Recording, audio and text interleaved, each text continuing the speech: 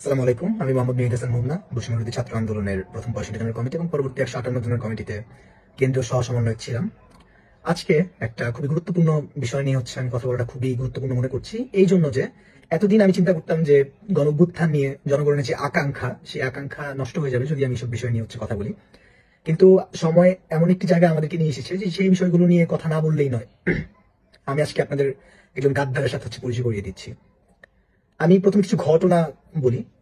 15 জুলাই, ঠিক তার আগের রাতে যখন শেখ হাসিনা, ফ্যাসিস্ট হাসিনা আমাদেরকে রাজাকার বলে তাচ্ছিল্য করে এবং আমরা ঢাকা বিশ্ববিদ্যালয়ের বুকে স্লোগান দিই, তুমি কে আমি কে, রাজাকার রাজাকার, কে বলেছে স্বৈরাচার স্বৈরাচার।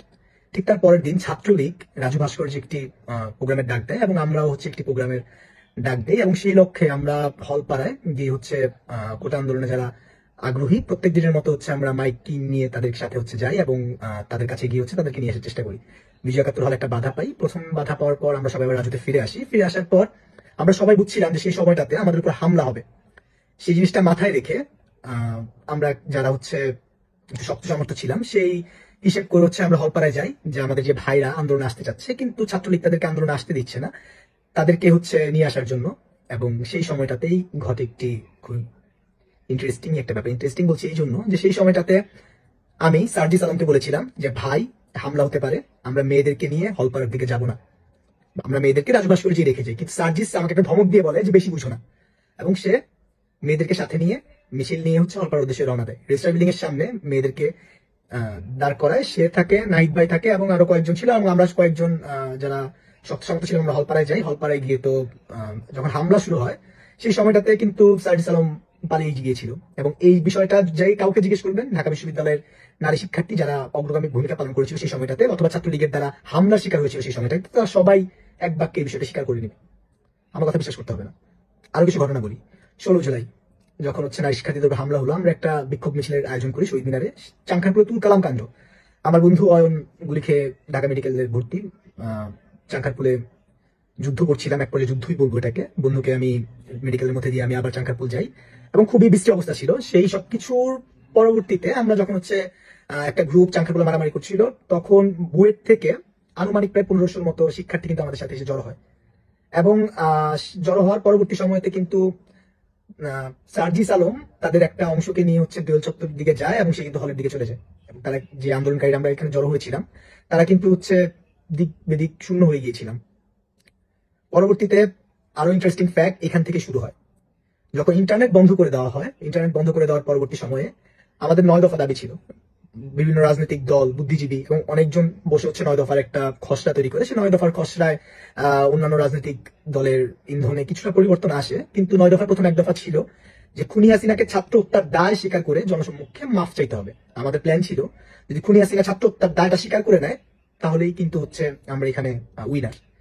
কিন্তু আশ্চর্যজনক ভাবে সবার কালেকটিভ সিদ্ধান্ত না মেনে, সবার কালেকটিভ সিদ্ধান্ত ছিল আমরা কোনো ধরনের সংলাপে বসবো না। ফ্যাসিস্ট হাসিনা অথবা ফ্যাসিস্ট হাসিনার কোনো দোসরের সাথে কোনো ধরনের সংলাপ শহীদের রক্তমারি হতে পারে না। আশ্চর্যজনক ভাবে সেই সময়টাতে সার্জিস আলম সবার কালেকটিভ সিদ্ধান্ত না মেনে গিয়ে পদ্মায় যায়। পদ্মায় গিয়ে 9 দফাকে 8 দফায় যেটা ডিজিএফআই বিকৃত করেছিল সেই বিকৃত অংশটাকে কিন্তু সে প্রচার করে এবং এটা কিন্তু মিডিয়াতে ব্যাপকভাবে প্রচারিত হয়, যার জন্য কিন্তু সেই সময়টা আন্দোলন একটা মুখ থুবড়ে পড়ার মতো অবস্থা সৃষ্টি হয়েছিল আন্দোলন।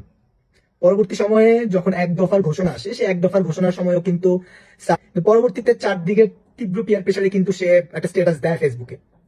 এখন ভাই কথা এতদিন পর্যন্ত ফ্যাসিস্ট হাসিনার এবং তার দোসরদের ছায়া তুলে থেকে তার দ্বারা বিন্দুমাত্র নির্যাতিত না হয়ে সে এখন এসে জনগণের সিদ্ধান্ত নিচ্ছে জনগণ কি করবে না করবে।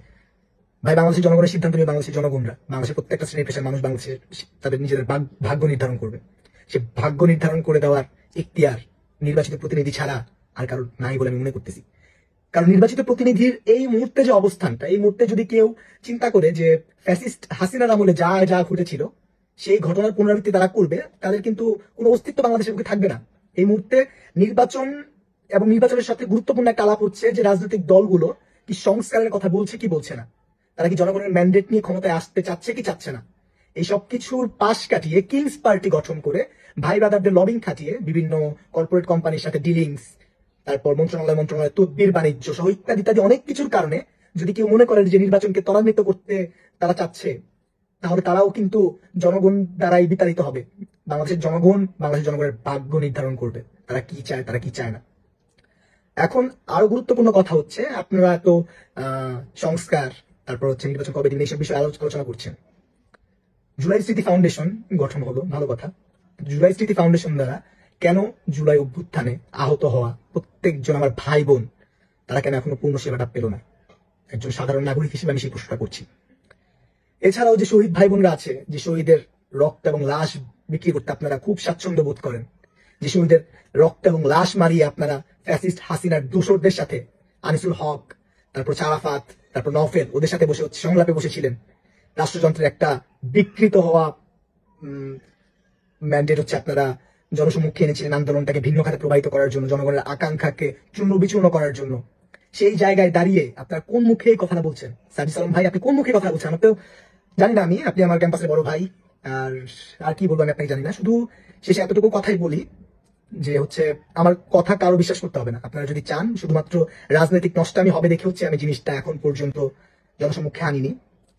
মনে আছে ডিবির হেফাজতে যে 6 সমন্বয়ক ছিল, সেই 6 সমন্বয়কের একজনই কিন্তু আপনার বিরুদ্ধে সাক্ষ্য দিয়েছে এবং তার পরিপূর্ণ প্রমাণ কিন্তু আমার কাছে আছে। আমি যদি সেই প্রমাণটা যদি দিতে হয় আমি কিন্তু দিব। রাজনৈতিক নষ্টামি হবে এই কথাটা চিন্তা করে কিন্তু আমি আজ পর্যন্ত জিনিসটি জনসম্মুখে আনিনি। রাজনৈতিক শিষ্টাচার বজায় রাখার জন্য, যাতে হচ্ছে জনগণের আকাঙ্ক্ষা বাস্তবায়িত হয়, সেই বিষয়টার কথা কিন্তু আমি চিন্তা করেই কিন্তু হচ্ছে আমি একটা সুস্থ ধারার রাজনৈতিক পরিবেশ বাংলাদেশে বিনির্মাণ করার স্বপ্ন আমি দেখছি। যাই হোক, পরিশেষে একটা কথাই বলি, জুলাই 4 তারিখের কথা নিশ্চয়ই আপনার মনে আছে, যেদিন ছাত্রলীগের কতিপয় দোষর আপনাকে হল থেকে বের করে দেওয়ার চেষ্টা করছিল, সেদিন কিন্তু আপনার পক্ষে স্লোগানটা নিয়ে আমি গিয়েছিলাম আপনার হলের সামনে। আমি ভিডিও শেষে সেই ক্লিপটা অ্যাড করে দিচ্ছি। ধন্যবাদ, আল্লাহ হাফিজ।